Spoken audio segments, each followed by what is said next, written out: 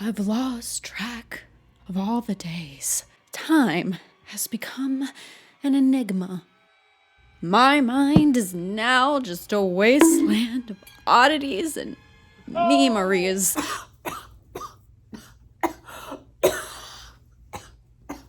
I can't even remember the last time I went outside to touch some grass.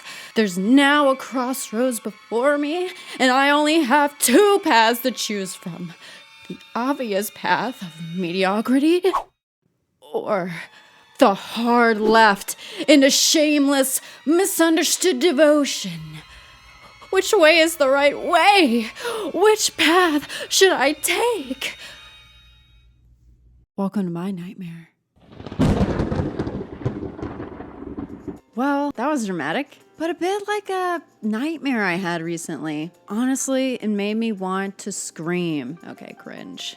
Which is ultimately what became the inspiration for this video. Wes Craven was an incredibly talented and skilled director, producing some of the most iconic horror of the 20th and 21st centuries. His style was his own, and he absolutely killed it in the horror cinema game, as well as had some skin in the game during a post-safe harbor hours. If you know, you know. While attempting to avoid the most obvious franchises in this video, I will be sharing some of my personal favorites of Mr. Craven's filmography. Please be advised that some content in this video may be too horrifying or too disturbing for some viewers, so viewer discretion is always advised.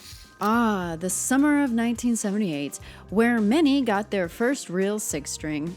Oh, wait, wrong year. While I didn't get mine until much,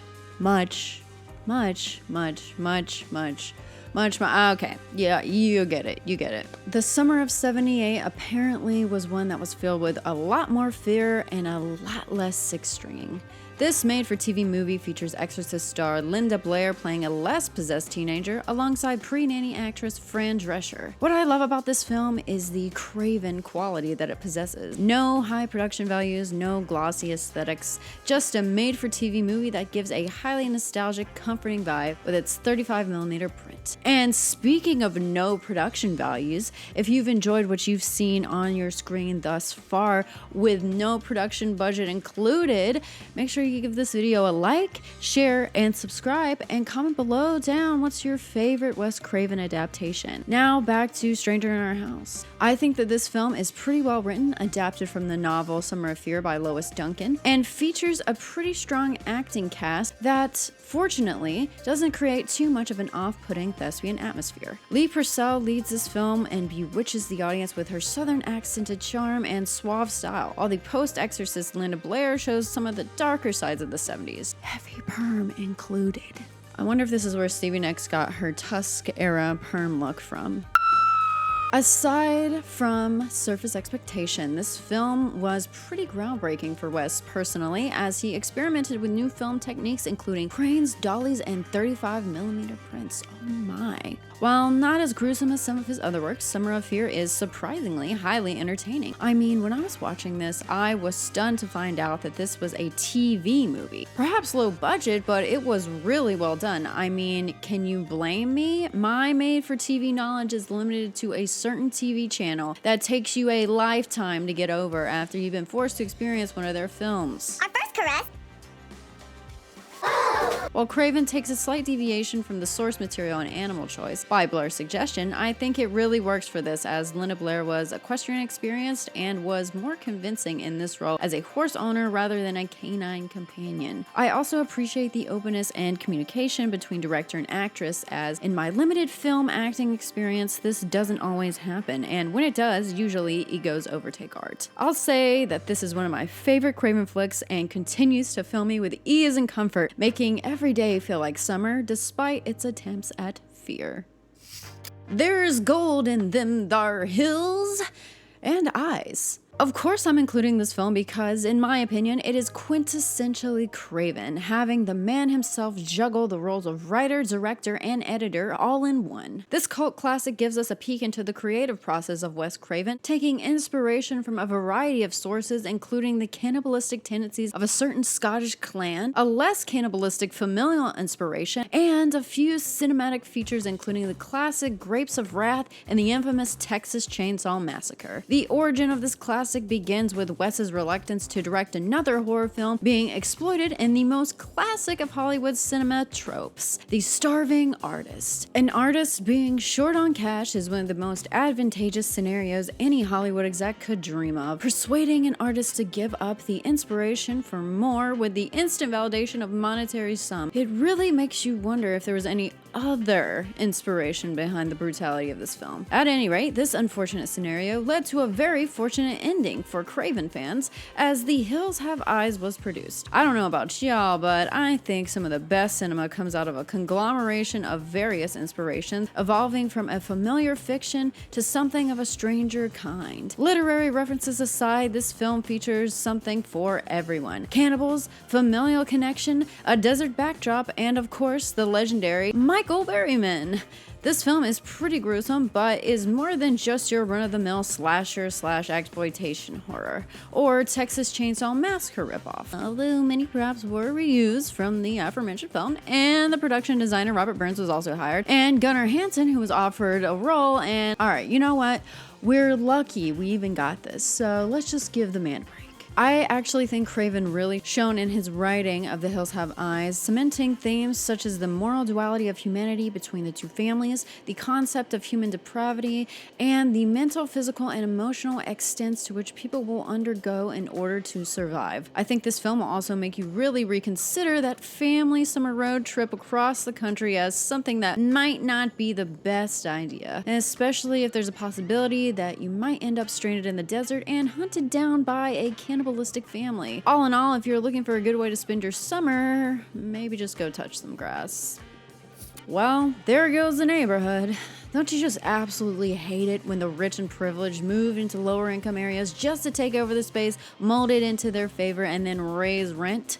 Especially when they're incest-driven, child-kidnapping, gentrifying psychos. This film from Wes Craven is not only a statement in horror, but also a statement about the inequities in society. I think that's one of the reasons I really admire a lot of Wes Craven works. He really does a great job of instilling horror by reminding you that your reality isn't all that it seems. Satirizing the wealthy, the nuclear family motif, and traditional American values, Craven gets to the top of the stairs in disillusionment. In addition to this menagerie of themes, Wes also acknowledged inspiration from a news story from the late 1970s where an initial investigation led to an unexpected and unfortunate discovery. Let's take a breath here, as that's a lot to unpack, especially after you've just walked up the ethical staircase. We get some incredible performances by the awesomely cool Ving Rhames, an all-around amazing villain type actor, and one who plays my favorite character in Dune and Twin Peaks, Everett McGill, and the best woman to wear an eye patch since David Bowie, Wendy Roby. I absolutely love that Miguel and Roby got to work together in another project, being as close as they were in Twin Peaks, because I think their dynamic and on-screen energy is off the charts. Partners in crime, the dynamic duo portray the sinister bigotry and depravity of mommy and daddy. Ew, that really made me cringe to say that. I hate that. I hate it. I think that this one really reminds you that you might find out something you didn't want to know, like what's under the stairs. And newsflash, it ain't Harry Potter. You know how they always say there's a pot of gold at the end of any rainbow?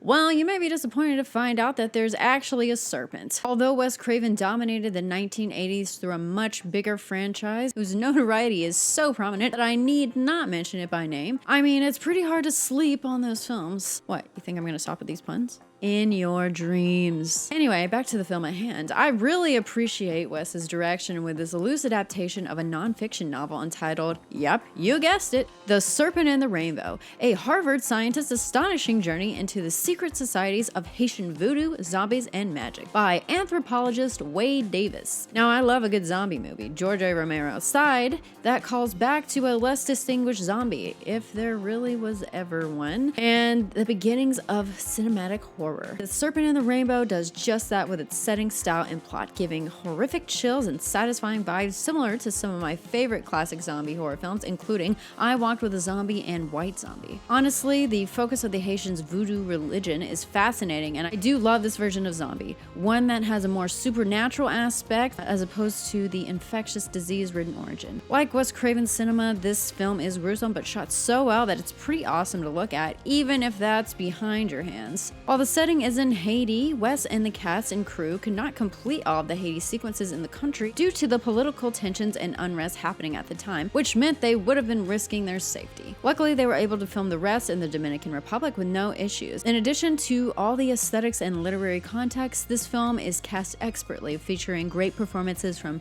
the space adventuring hero traveling at ludicrous speed, Bill Pullman, and the girl with no smile, Kathy Tyson. This is one Craven film that I feel gets overshadowed by a nightmarish individual, no names here. And it's really a shame because this is so artistically done and references not only literary source material but the pre-Romero zombie horror film. I'll say that this Craven film is one of my personal favorites of his and really is the pot of gold at the end of the rainbow. I mean Serpent. Do you ever wonder if a movie can go too far? Some may think so, but I would bet that they're just not familiar with the exploitation genre. The last film from the house of Wes Craven is none other than his iconic directorial debut feature, The Last House on the Left. In classic exploitation horror film form, this one is definitely gruesome, grotesque, and not for the faint of heart. The Last House on the Left lends itself to be an R-word, I can't say that on YouTube, and revenge film, and it fits that bill pretty much to the T. While it is a pretty harsh view into human exploitation, humiliation, torture, and, well, the theme of human depravity continues with Craven once again, it's not as bad as it could have been. Mr. Craven initially wanted it to be a hardcore film depicting realistic violence and creating a shock factor. Decided to edit the harshness down. Wow, he wanted it to be a hardcore film? I mean, it's pretty hardcore as is. At any rate, that original script, written as Night of Vengeance, is unavailable to us as of now, but can be captured in glimpses through the documentary Celluloid Crime of the Century. Just between us horror queens, I think I'm pretty satisfied with the version we have now. If I really want to re-traumatize myself, I'll just rewatch Salo. By the way, I do not recommend watching that film. Speaking of mental torture, this Wes film was inspired by one of Craven's favorite movies from psychoanalyst enthusiast director, who is also one of my favorite directors, Ingmar Bergman, titled The Virgin Spring.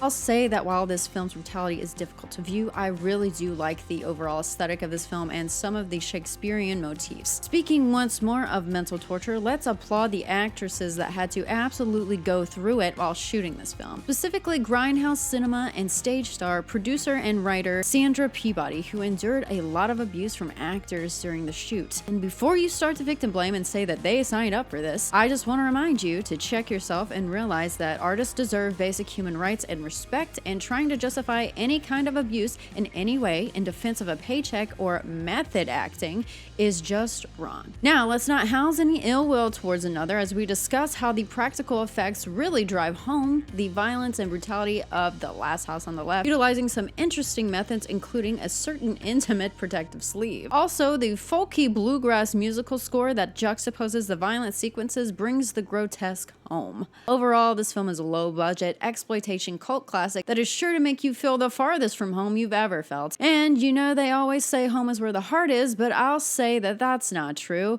Home is where the horror is.